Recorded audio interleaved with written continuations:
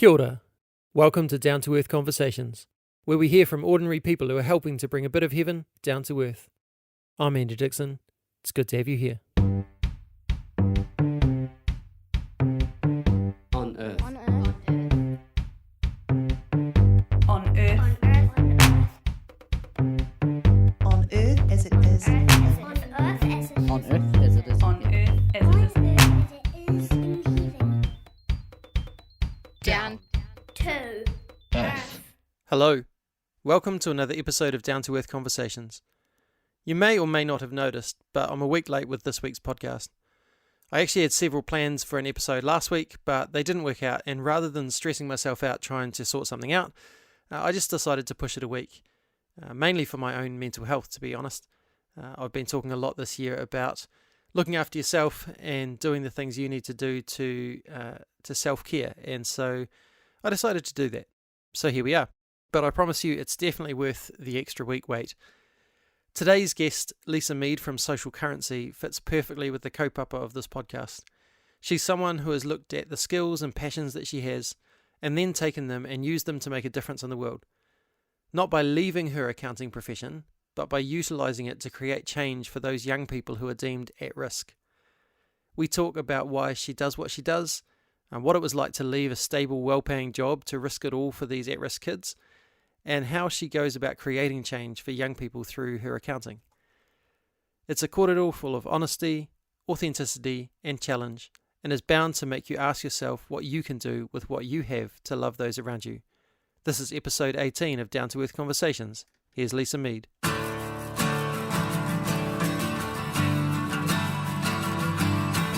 I quit my job and started my own accounting firm, and I did it to support these kids and, you know, every other child like my son who has these risk factors, because I wanted to believe that I could make a difference and that, you know, people would be able to choose an accounting firm that wanted to make a difference as well, and that they could feel like they were doing something towards that.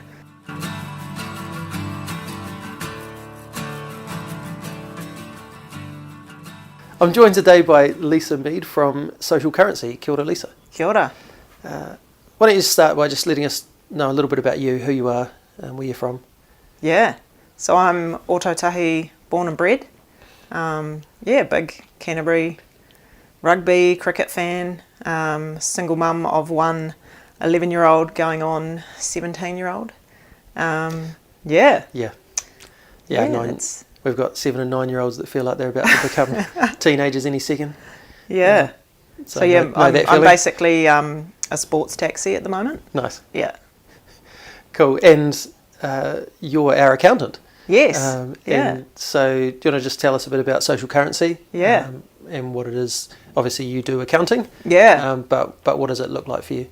Yeah, so Social Currency is very different, I think, to most accounting firms, where we actually give 10% of revenue, so 10 cents in every sale and every dollar to supporting at-risk kids, which, it's very different, because most people think accountants kind of, hold on to their money and buy big cars and houses and all of that sort of stuff. But I wanted to do things very differently, and I've always been passionate about youth, and my son is the real driver behind what I do in Social Currency. So I wanted to do things very differently, and I think that's why people choose Social Currency as their accountant as well, because it is an accounting service, but we stand for something quite meaningful, and I think that helps people choose us, because they're not just getting their accounts done by us or their tax returns or whatever. It's actually they're providing a mentor or a positive role model to a young person at the same time, which is amazing. That is amazing. Yeah. Are there any other accountants that you know of doing it?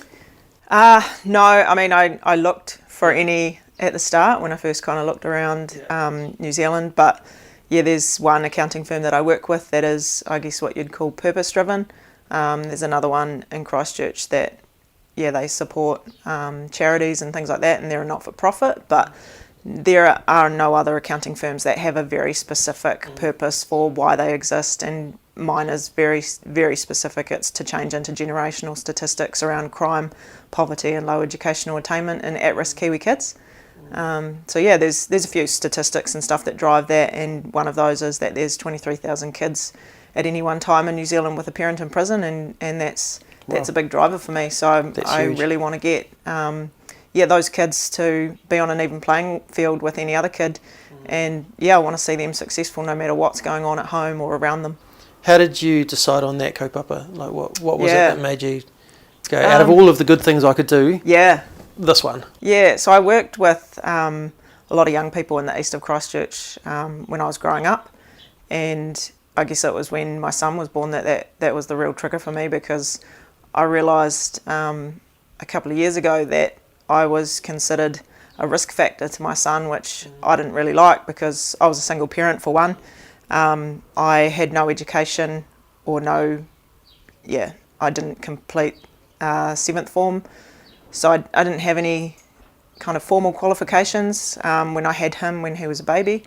There was violence and stuff at home, and we basically ticked off every. I had low income and was on probably the poverty line at that point as well, which I ticked up the 4 main categories, which are risk factors for kids. And when kids have 1 or 2 risk factors, then their likelihood of becoming a statistic when they're older is quite high, but when they have all 4, that's massive. So when I started researching the statistics around that a couple of years ago, it became very clear to me that I had to do something about it, and I was in the position to do that because I've got my degree now. I've got, I'm a chartered accountant, so what could I do to make a difference for these kids that are just like my son, who, maybe they don't have a positive role model in their life. So I found myself in a position where my son's father, he's been absent for most of his life, but he was in prison in 2017 for a 12-month period. And it really opened my eyes to, what other kids are experiencing this, what other organisations are supporting them, what is the thing that we can do for these kids that will really make a difference. And I didn't want to believe it at first, but it is actually mentors and positive role models, and even 1 hour a week for one child is massive, and it's a game changer. So I decided at the end of that year that I had to do something about it, and I didn't want to just do the same thing every day and go to work and pay my bills and stuff. I was willing to take a risk and start something that was absolutely terrifying. But 1st of September 2018, I quit my job and started my own accounting firm, and I did it to support these kids and every other child like my son who has these risk factors, because I wanted to believe that I could make a difference, and that people would be able to choose an accounting firm that wanted to make a difference as well, and that they could feel like they were doing something towards that. So it's been pretty powerful to see how many people have chosen social currency because of that. Yeah, I had absolutely no guarantee of income or of client numbers or anything like that, but I was willing to eat noodles if it came to that, and it never has. Yes. So. Yeah. Is that just a case of that the will inside you is stronger than the fear? Yeah, 100%. I got to the point, it was Christmas 2017 actually, when my son's father came out of prison, and he saw him on Christmas Day for about an hour, and the next day my son turned around to me and he said, "Oh, Mum, I don't think my dad really cares about me."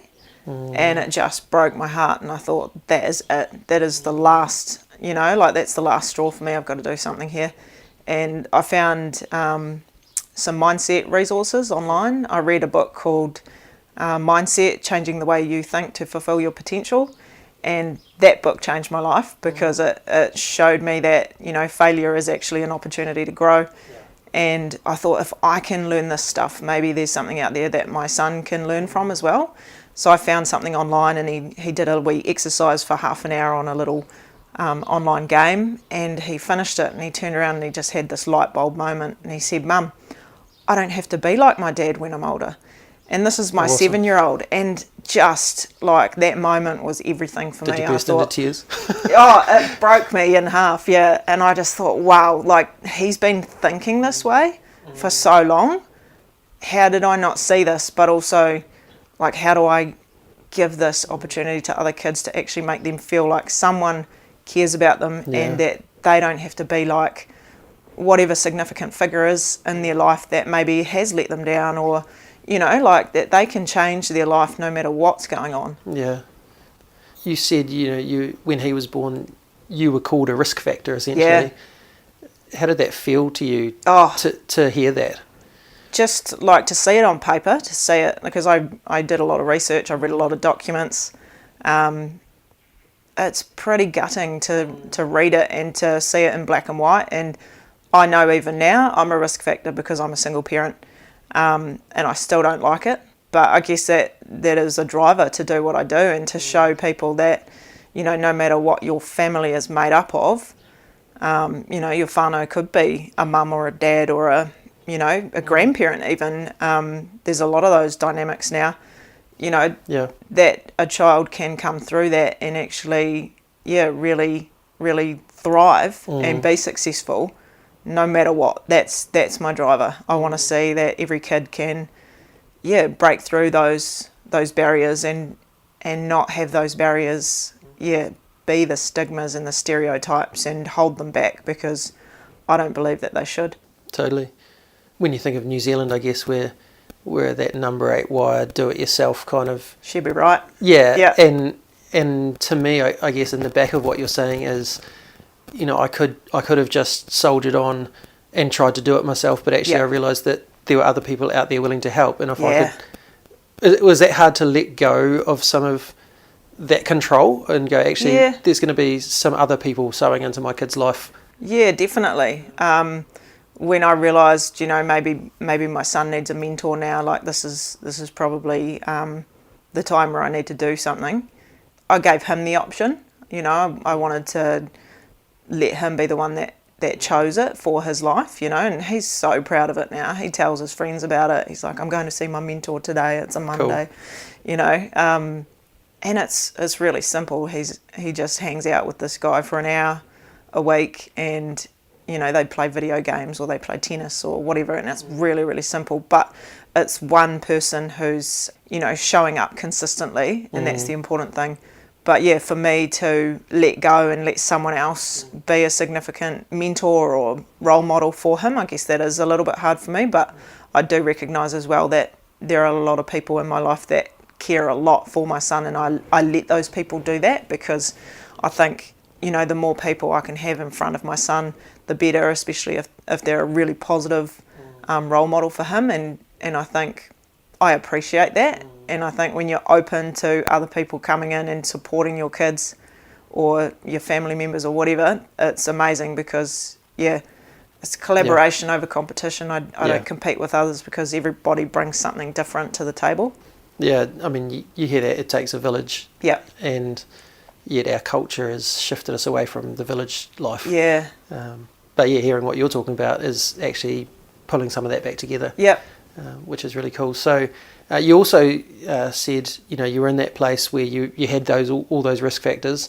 Then later you were in a position where you could do something about it because you had your degree. Yep. And you had a job. That sounds like some serious hard work in between those two points.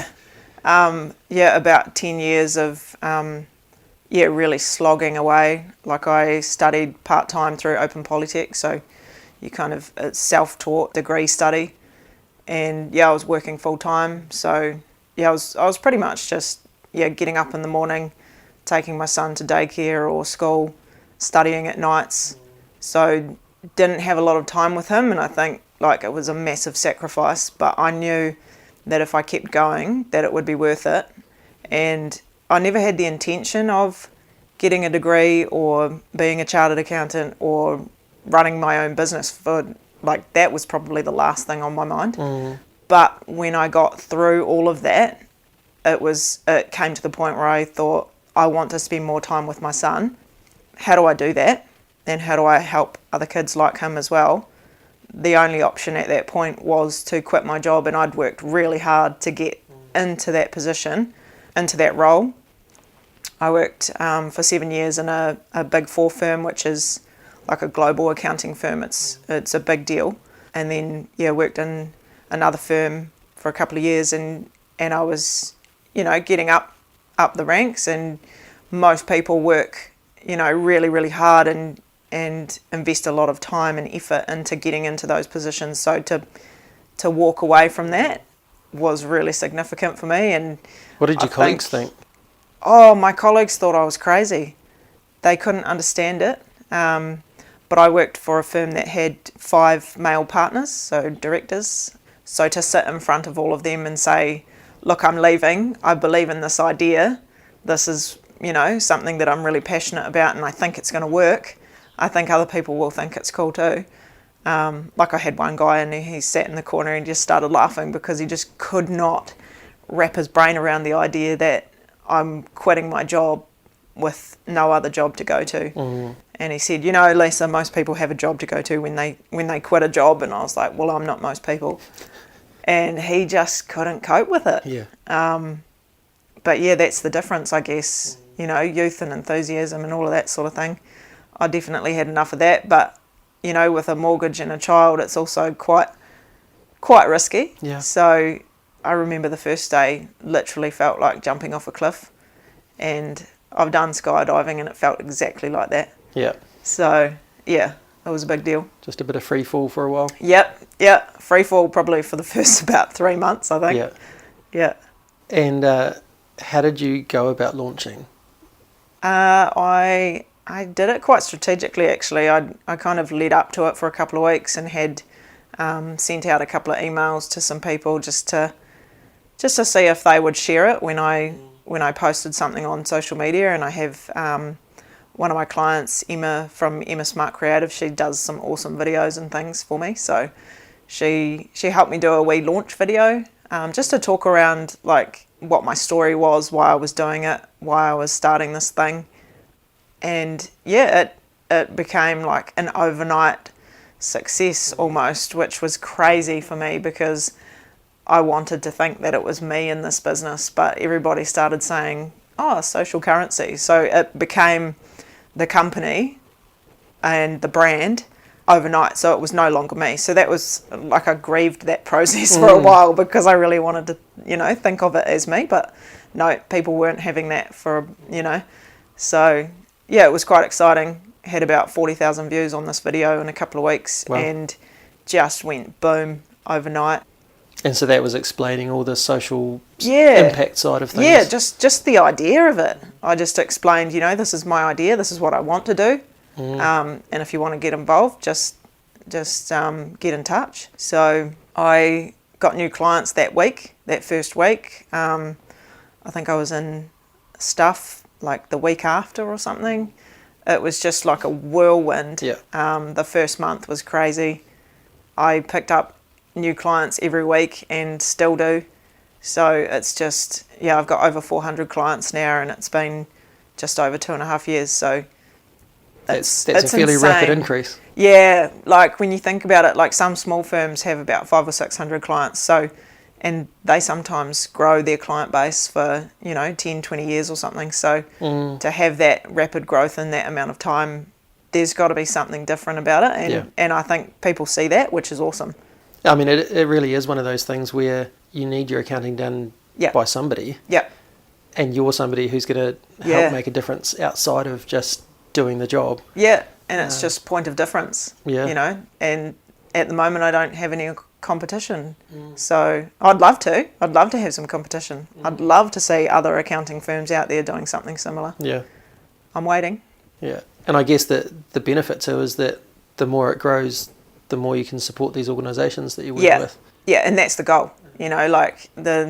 We've donated over $60,000 so far, which some people don't believe me. Yeah. But, it's, the more clients we have, the bigger we can grow it, the more we can give away, and that's the ideal. That's the goal. And I guess if you think about it, you could have held on to that 60,000 and had a nicer car or could have paid down my mortgage more and stuff like that. Yeah, definitely. But that's, I think from the start I was committed, this is 10% that I'm giving and that will never stop, and I'm going to start from day one doing this. And I think, because I've had that commitment, it doesn't feel like my money. It's already mentally, it's already gone. Yeah, right. It's already invested in these kids. That's the whole purpose. So it doesn't feel hard to give it away. It actually feels good. It's probably, the most awesome part of my business is being able to know that, there's more kids being helped through this. Yeah. How did you decide on 10%? Because like most people would look and go, man, that's a huge chunk of what's coming in. I think... And you're talking about what's coming in before you've even Yep. paid overheads, aren't you? Yeah. So I just thought, like, I can give this amount of money away, and if I don't think about how much money I might be earning in a year or two, it's not going to be a big deal. Yep. So if I just start and, keep this going, I think 5% seemed not enough to me. 15% was like GST, so I just didn't like that number. So I thought in between 10%. Yeah. Yeah. Cool. And so who are some of the organisations that you support? Yeah, what is it that they do? Yeah, so we support Big Brothers Big Sisters. They're a mentoring organisation. Graham Dingle Foundation, they've got an in-school program. We support their Kiwi Can program, which is the younger kids. Younger kids are kind of my focus demographic, because if we can support young kids, then they won't need the support later on. Yeah. We also support Chumley Children's Centre, which is a respite care centre for kids aged 3 to 12. And they're the most at-risk kids in Canterbury, so really crucial service. And we support Youth Alive Trust, which is over on the east of Christchurch, and they have a mentoring arm to what they do as well. So yeah, really specific niche is providing mentors and positive role models to these kids who need them. And what response have you got from those organisations? Oh, they love it. They do have other corporate sponsors and things, but I think the fact that ours is very specific, and I chose those organisations to partner with specifically, I think they appreciate that what I do comes from the purpose of social currency, and not just like a donation here and there. It's consistent giving. So I donate every 3 months, and every time I do, they're like, oh wow, I wasn't expecting this. But hopefully they get to the point where they're like, oh yeah, this is great, this is consistent. And I wanted it to be like that because it's sustainable donations for these organisations. So it's sustainable in the fact that they know it's coming, and we can keep these organisations running, and they don't have to ask other people for that money, because it's already coming through this business is just running for that reason. Because I imagine most of them would be propped up by grants and volunteer payments and... Yeah, a lot of volunteers, a lot of grant funding and things, but grant funding has been really difficult this year. So yeah, the more businesses that can get out there and choose to have a purpose behind what they do, and really care about something, and maybe donate towards an organisation that supports that, the better, because that's sustainable giving. That's coming from a place where that money will always come in, and they don't have to ask, because when you're in an organisation and it's a charity and you have to ask all the time, it can be really tiring. So yeah, to give is amazing. One of the things I really like about the way you're set up is that you haven't just focused on one for a start. You've got a number that you're supporting, but it's not like you're just getting this pool of money and then going, all right, who deserves it this time? Yeah. You're going, no, actually, which organisations have a kaupapa that I want to back? Yeah. And then you're just going for it on those ones. Yeah. And unashamedly doing that. Yep. And like you say, that brings some consistency. Yep. But I think also that must give them a sense of, I don't know, value that you do want to invest regularly, not just as a, this month we've come across you and here's a bit of money, and then... And a lot of organisations do that, and I think it would be, probably more sustainable if people could choose 1 or 2 or 3 or 4, or however many they would like to give to, but one that aligns, with what they're doing, their kaupapa, what their values are, what they really want to see change, because it is social impact for me. It's social change.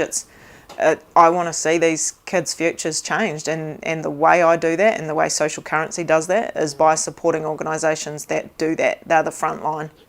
I've heard you talk about social impact and that being different than social enterprise. Do you just want to explain that a little bit? Yeah, so social enterprise is like a term that organisations refer to themselves as being, and usually a social enterprise is an organisation that's kind of doing the social change work, whereas I refer to my business as being a social impact business, because I am just a professional services firm, but I give to create the social impact.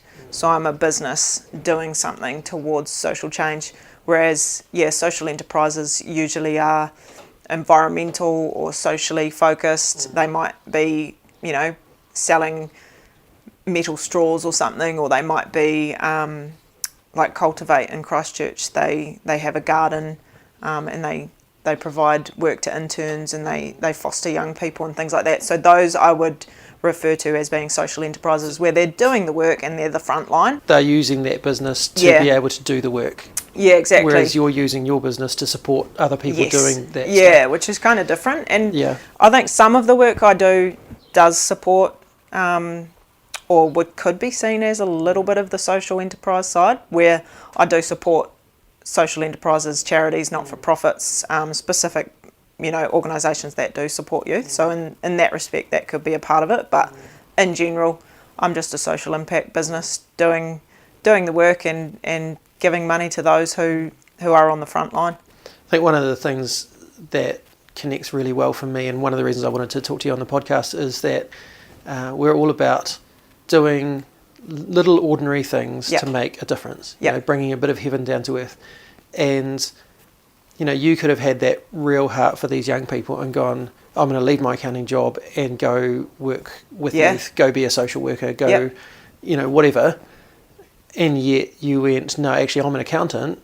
How can I use that to make a difference? And, the organisation, one of those organisations might have benefited from your presence working for them, but they're all benefiting from your finance and your support for them. And that was kind of a strategic decision as well. What can I do to create the greatest impact here?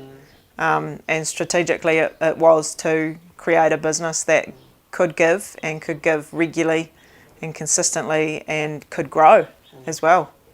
And I just love that idea that you can be who you are with the skills that you have and make a difference. You don't have to be the youth worker or the social worker or the...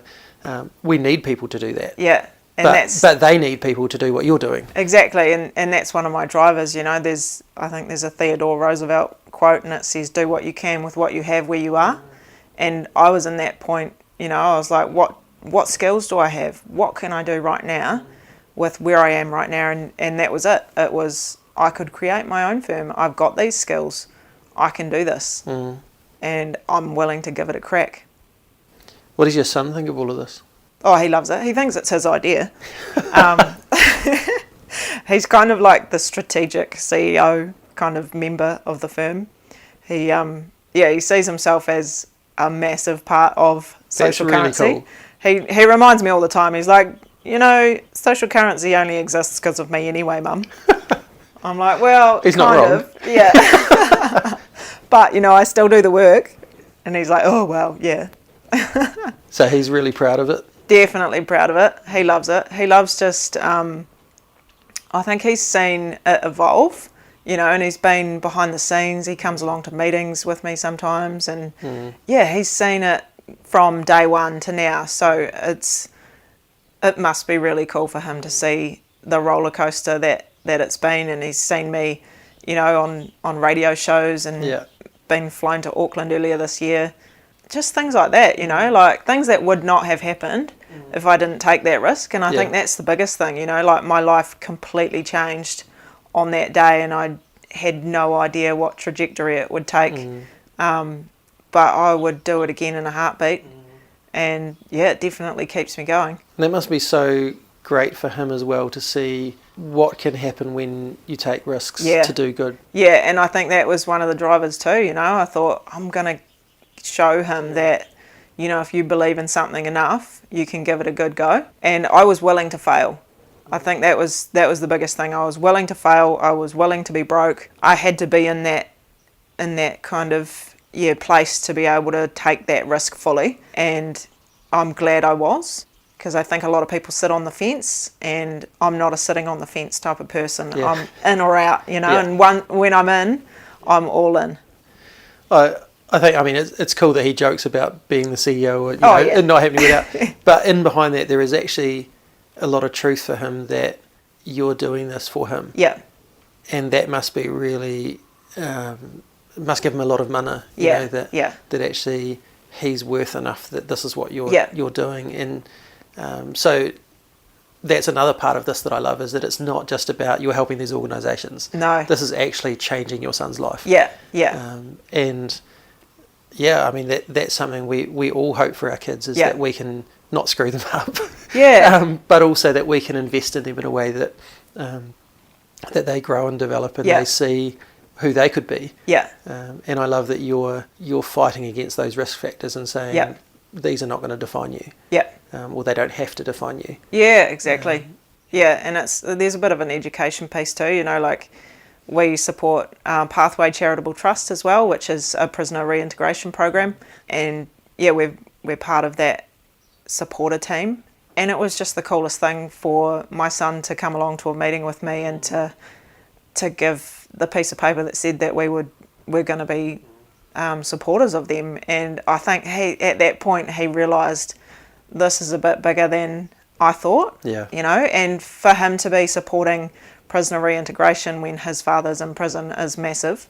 And for him to understand the process, you know, that, you know, when mum's doing work, this money goes to this and this changes lives. And yeah, to be able to understand that, you know, we can give people a second chance no matter what.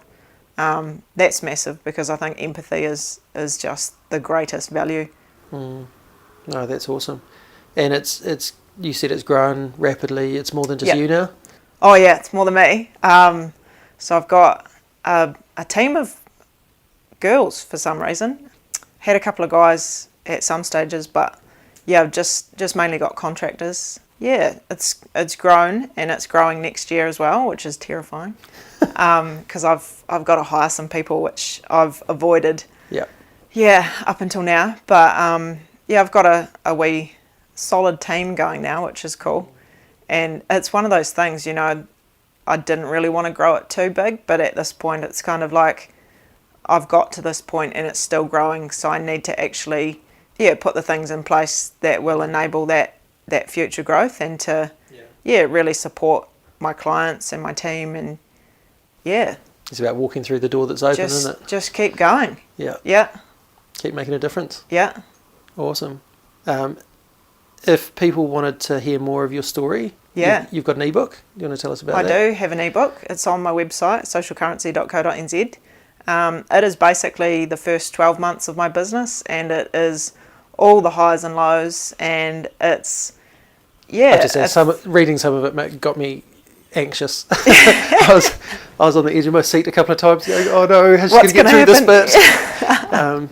But yeah, it was. I think I said to you in an email, it was also really encouraging, because, you know, Bex and I are having a go at a business and looking to do the social impact thing as well. And, cool. And some of the time we're wondering, why are we doing this, and is this okay, and can we do this? And to hear that is how some of the stuff you went through as well is actually really reassuring. Yeah. And just knowing someone that else it's a said journey. someone else said to me recently, you know, if you weren't thinking those things, you're doing something wrong. You're doing something wrong. You know, Yeah. You're taking enough risk that Yeah. you're a bit nervous about it. Yeah. And I see that coming through in this ebook. So Yeah. I really recommend going and buying that and having a read of it. Especially if you've got any sort of entrepreneurial heart. And I think after this year too, if you just want to help people. Yeah, if you want to help people, if you want to start a business, if you want to know what starting a business is going to be like, really. I think I never had the book when I started, and I think it would have really helped me. So I wanted to create that for other people. And I think after this year, you know, everybody has kind of adjusted the way they think towards, I think, employed versus self-employed. So if you've got something that you're really passionate about, it's worth giving it a go, but it's worth giving it a go knowing what it's going to be like as well. And if someone's listening to this and they think, actually, I'd like to use Social Currency as my accountancy firm, just go to the website is the best way to website or our Facebook page, Social Currency Investments. You'll see some videos on there and stuff, so learn a bit more about what we're about. So cool. And I'll put all those links in the show notes so that you don't have to search for them. You can just go straight to this and find Lisa and Social Currency. So thank you so much for your time today. Thank you for thanks for having me. imparting your wisdom and your journey, sharing that with us. And thanks for what you do to bring a bit of heaven down to earth. Yeah, cool.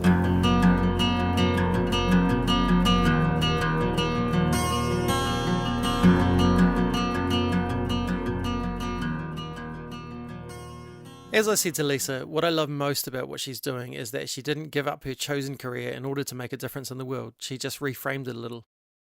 What Lisa is doing doesn't make sense to the Western economic-driven stories we are sold about how life is supposed to work. But that means that she can make a difference in the lives of kids who don't fit that story anyway. In saying she just reframed it a little, Lisa took some massive risks for what she believed in. She took the risk of opting out of the stability of the system without any promise of success. And there were many who thought she was crazy. Yet when I heard her story, as I'm sure will be the case for many of you, there's just something so right about it. Like, this is how things are supposed to be. Like, this is a bit of heaven on earth. Lisa took a risk to do things differently than the cultural norm, and has created something beautiful that will make a difference for generations in the lives of many kids. So Lisa, thank you for your passion, your courage, your beautiful and extravagant love for your son, and for setting an example to the rest of us of the sort of things that can be achieved when we look at how we can use who we are and what we have for the sake of others. You truly are bringing a bit of heaven down to earth. As usual, thanks to Ignition Systems for your support, and thanks to you all for listening and for the feedback you provide. If you're appreciating this podcast, it would be a massive help if you could rate it on Apple or Spotify, or simply share it with your friends and family so they can be blessed by the taonga from my awesome guests too. Join me next time when I talk to Michael Kettle from Beautify Waitara. We talk about painting, using what he's doing to support the good work of others, listening to and honouring kaumatua, telling stories of the land through art, and making a difference in the space in which he lives through beauty and relationship. It's another fantastic kōrero. Until then, me inoi tātou. E tō mātou matua I te rangi, kia tapu tō ingoa, kia tau mai tō rangatiratanga, kia mea te tau e pai ai ki runga ki te whenua, kia rite anō ki tō te rangi. Humai kia mātou ai nei, he taro mā mātou mō tēnei rā. Muro o mātou hara, me mātou hoki e muru nei I o te hunga, e hara ana kia mātou. Aua hoki mātou e kawea, kia whakawaia. Engari whakaorangi a mātou I te kino. Our Father in heaven, hallowed be your name. May your kingdom come. May your will be done on earth as it is in heaven. Give us today our daily bread. Forgive us our sins as we forgive those who sin against us. Lead us not into temptation, but deliver us from evil. For yours is the kingdom, the power, and the glory, forever and ever. Amen.